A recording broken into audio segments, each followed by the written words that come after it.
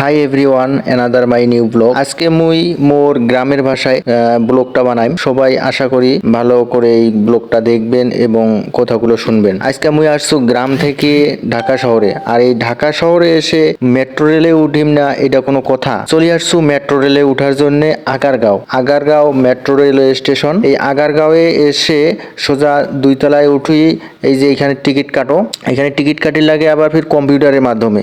আর এই কম্পিউটারে অনেক টিপাটিপি করা লাগে। গ্রাম থেকে আসছো যেহেতু তা কোনো কিছু জানো না, নতুন আসছু এই জন্যে সাথে এক দাদা ছিল, ওই দাদা সহকারে 2 জন ছিল। তো এই জন্য এই জায়গাতে মনে হচ্ছে যে সব ভেজাল লাগিয়ে আছে, কারণ কোনটে টিপেছো আর কোনটে না টিপেছো, চাপ পড়েছে না পড়েছে কিছুই বুঝোছো না।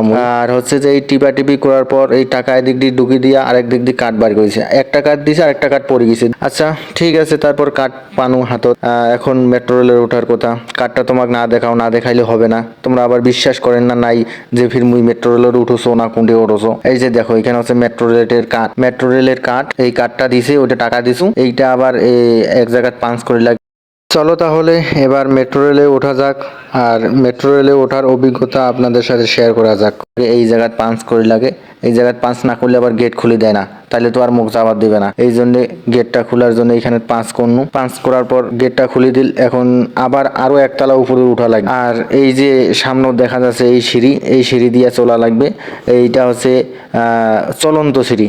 মুই যে কতদিন মোর বাড়িত এইরকম চলন্ত সিঁড়ি একখান উঠাই শালা, আর এখানে উঠার পর মনে হচ্ছে যে এইরকম একখান সিঁড়ি মোর বাড়িতে যদি থাকিলাই। আজকে এই পর্যন্ত, সবাই ভালো থাকবেন, সুস্থ থাকবেন, নেক্সট ভিডিওর অপেক্ষায়।